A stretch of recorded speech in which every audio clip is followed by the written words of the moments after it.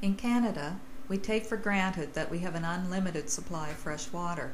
The truth is, millions of people around the world do not have access to clean water. Consider these statistics on worldwide distribution of safe supplies of drinking water. Each year, between 3 and 5 million people die as a result of unsafe water and poor sanitation. In 1997, 1.4 billion people did not have access to safe drinking water, and 2.9 billion did not have access to adequate sanitation, which requires clean water. The World Health Organization estimates that 80% of the diseases in the less developed countries of the world are a result of inadequate water supplies and poor sanitation. WaterCan is one organization making a difference to many women and children in Africa. This non-governmental, non-profit organization was founded in 1987 by Canadian Michael Lubbock. In Uganda, wells have been dug by hand for years. They tended to dry out because they were too shallow, and they often became polluted because they weren't lined or covered.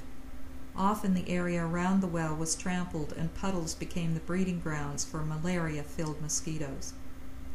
41 new wells, 21 springs, and 10 rain catchment tanks have been created. Women can fetch water easier every day, and waterborne diseases common in children have been reduced. The distribution of non-renewable mineral resources around the world presents special problems for anyone wishing to exploit them. First, the deposit must be located, and then an estimate needs to be done to determine their extent or volume.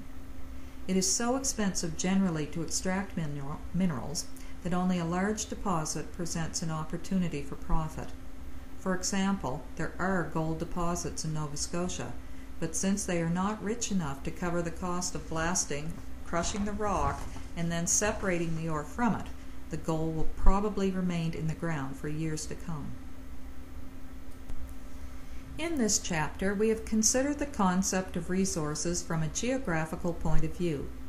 One constant theme emerging is the need for change.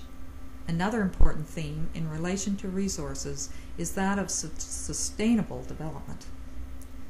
Society needs to search for new and alternative resources and to realize the need to conserve the resources we already have.